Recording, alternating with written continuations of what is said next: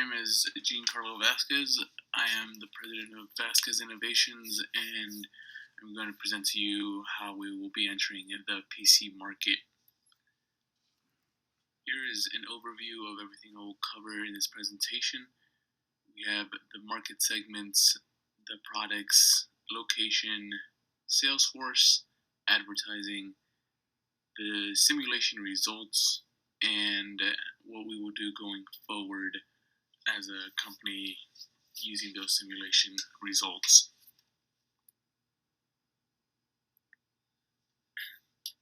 For the markets that we were going to compete for, the research that the Marketplace Live simulation presented us showed that we have the 5 markets of Cost Cutter, Workhorse, Innovator, Mercedes, and Traveler. The research gave us the 12-month potential demand for each of these segments in the different cities that were available to us. I sorted it out by the Workhorse market segment because that ended up being our primary target.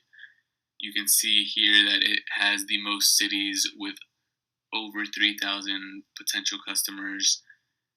Then for our second target market, we ended up choosing the Traveler. You can see that it does not have as high potential demand as some of the other market segments, but because the other companies would probably be trying to break into those segments as well, we chose to target one of the smaller markets in order to build our brand there, and hoping that the other companies overlook them completely. We wanted to take full advantage of that segment. The research also showed us the use pattern for each segment, and you can see the Workhorse and Traveler have similar needs for their computers. So we chose those two as well, just sort of because it would make easier decision making for the components that we would be applying to our product. That way we weren't having to think about what one product would want and then having to change our mindset completely to the other product.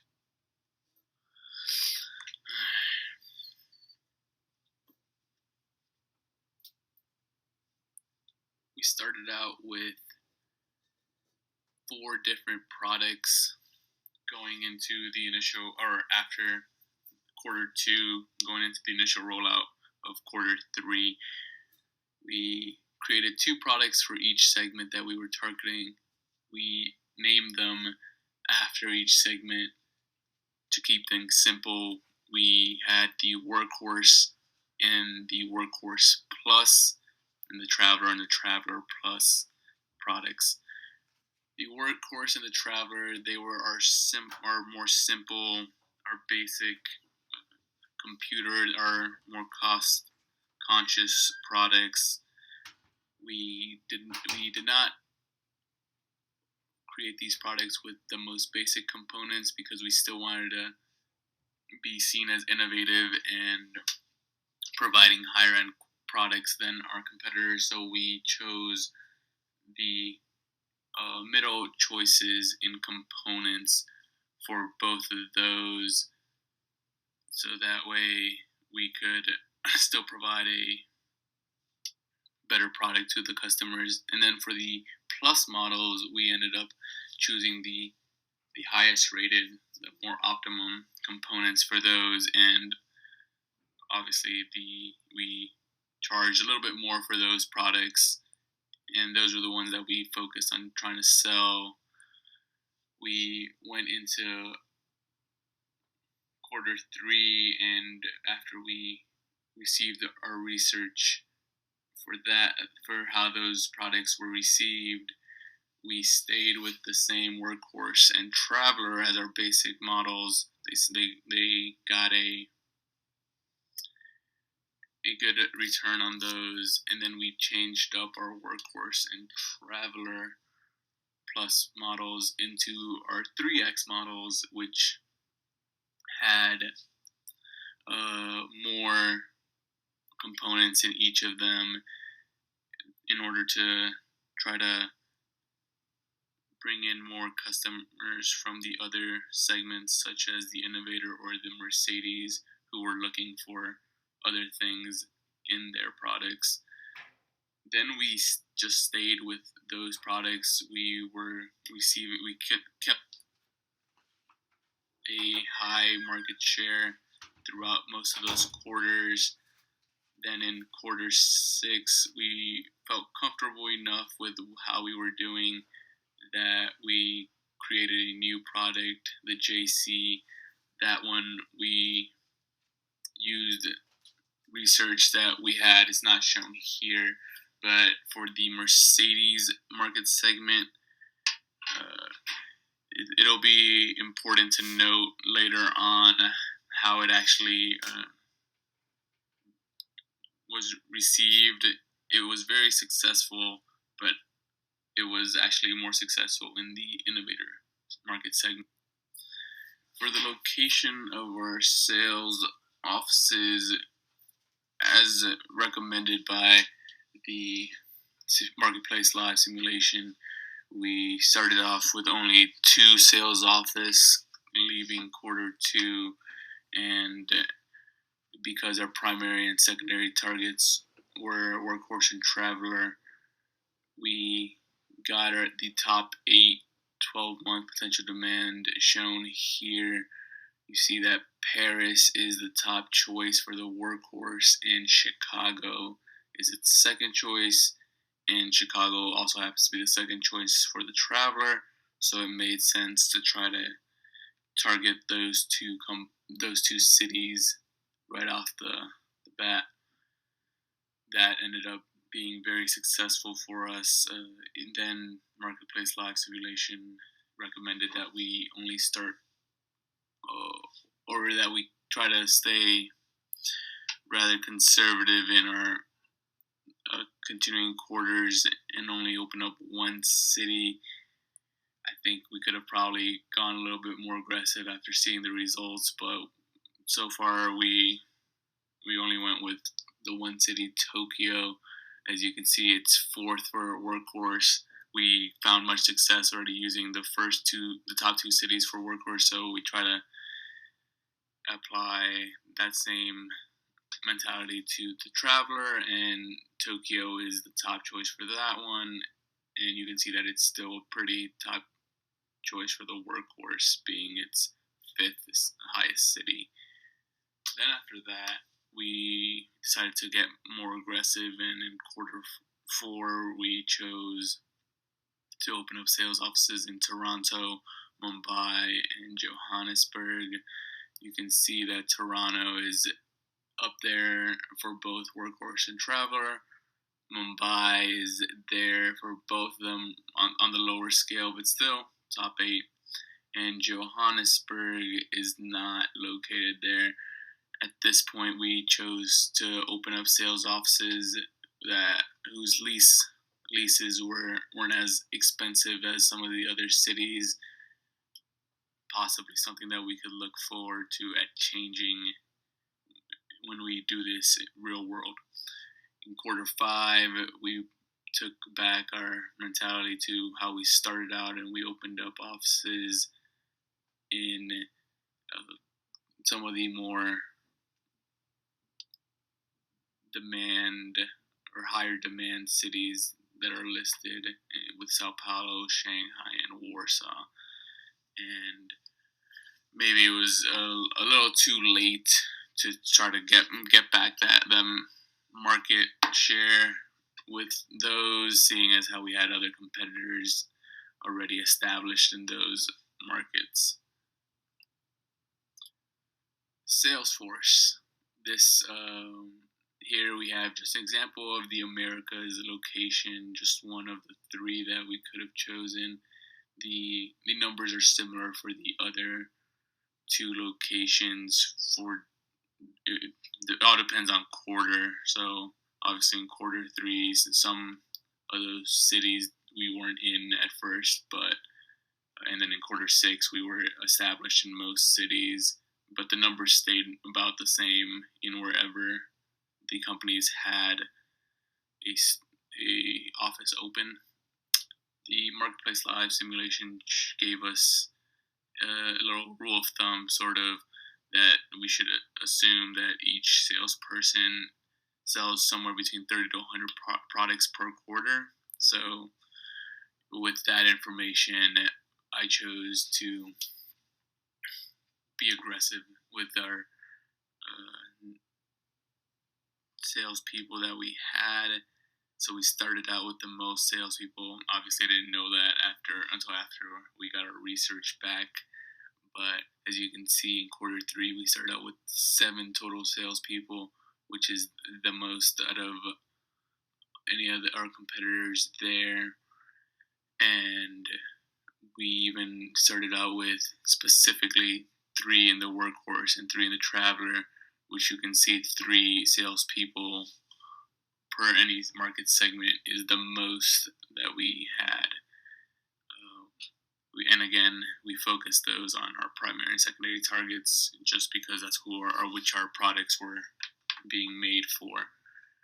Then by quarter 6, you see that we didn't really increase our salespeople anymore. We kept it the same, and we just moved expertise. We moved one from the Workhorse segment, one from the Traveler segment over to the Innovator and Mercedes market segments to try to sell the new product that we created at the time, and also try to branch out and get more customers.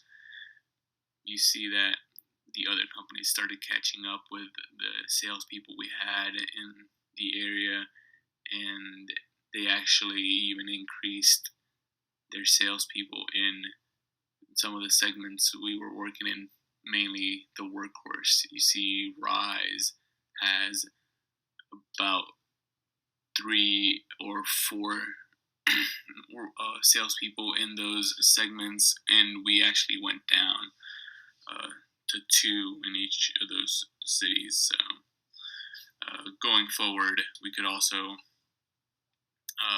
continue our aggressive strategy here, but I will cover that later. Advertising, we had pretty good results going forward. Not the best, but regardless, we continued improving. In quarter 3, you see that we started out with the Workhorse name for travel, or for our Workhorse product, and Traveling Works for our traveling product. At quarter 3, we found out that our first try at advertising, we got a rating of 64 and 58, which were actually right in the range with some of the top advertisements for those market segments. By quarter 6, you see our ratings continue to rise. Unfortunately, there were other companies that were much more effective with their marketing, and you had some that were in the 80s with both of those market segments, while we were still struggling to get up that high. We did, however, get a good return on our quarter 6 advertisement for the new product, the JC. It is interesting to note that even though we tried to market that towards the Mercedes segment, we actually got a better rating with the Innovator segment. With this information, I would say that we would probably want to either outsource this to a advertising firm that has better expertise with advertisements, or possibly hiring a new employee that can be more effective with these with our advertising goals. simulation results. We start out, the Marketplace Live said that the firm would be basically grading us using the cumulative balance scorecard. So I have that here shown. As you can see, we have significantly better results. Once we rolled out our products, we jumped up, as you can see, much better than any of our other competitors. Then we continue to improve every quarter, from 3 to 4 to 4 to 5, and from 5 to 6. But as you can see, our improvements were not as steep as that initial rollout quarter, which is to be expected. Other companies were going to try to mimic what we did to be so successful, but being a little bit more aggressive may have helped us keep those improvements at a steeper slope. We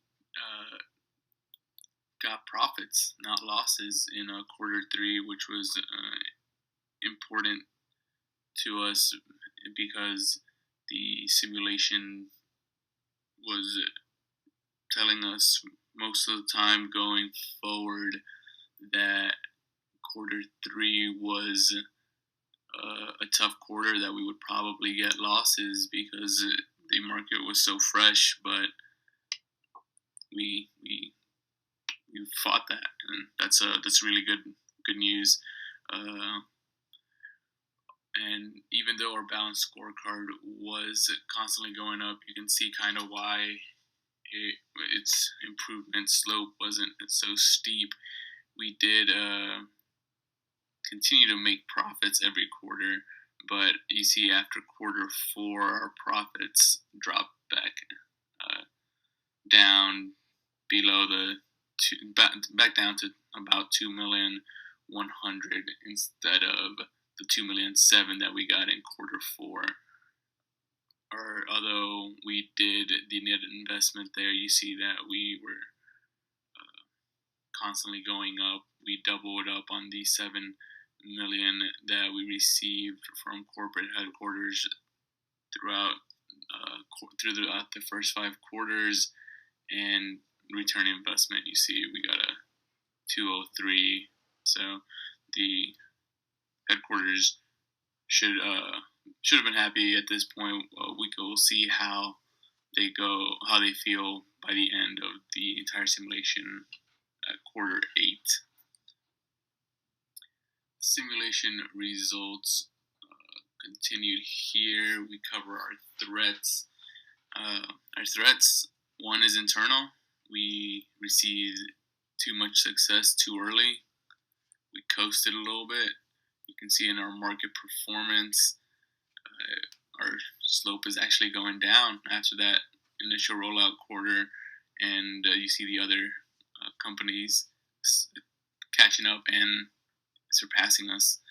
As you can see, quarter 4 and 5, even though we did try to make some improvements and open up new sales offices, as we were still ahead of them, so possibly we weren't thinking that they would actually catch up to us, or that our improvements were enough to keep them at bay. And then after quarter 5, you see that the moves that we were making weren't actually enough to make sure we kept our market share. And at the bottom here, you have our quarter 3. You see that we come out with a 61% share, but then by the end of quarter 6, our market share came down to 26%. Not good, but it is good learning points for any real-world application. We will continue moving forward. Okay, so moving forward, the simulation gave us many great learning points. as shown earlier in this presentation, our takeaways are that innovation is key. We want to create newer products more often throughout those quarters. After quarter three, we saw that we were losing market share and we weren't keeping the competitors at bay as much as we wanted to, and this is more than likely because we stayed with the same products for most of the simulation instead of making newer, better products that would make our customers happier. Another choice here is those newer products, we can try to market them towards other segments and try to grab those customers as we did in quarter 6 with the JC, but maybe a little too late for that. We'll see how that works out once the simulation is fully complete. Also, we learned that we have to make some smarter market choices, even though I still think that starting out with our primary target market being the workhorse segment, seeing it how it's the largest one, our secondary target, we could possibly try to go for another market that has a higher potential demand, such as the cost cutter or even the innovator. We did very well with the innovator market, even though we weren't actually targeting them. So if we targeted either of those instead of the traveler, which had that small demand, we might have been able to take more of the market share than we already did at quarter 3, and then possibly even maintain that higher market share throughout all the quarters. Also, we had to make some smarter market choices in opening up the right offices in the right cities.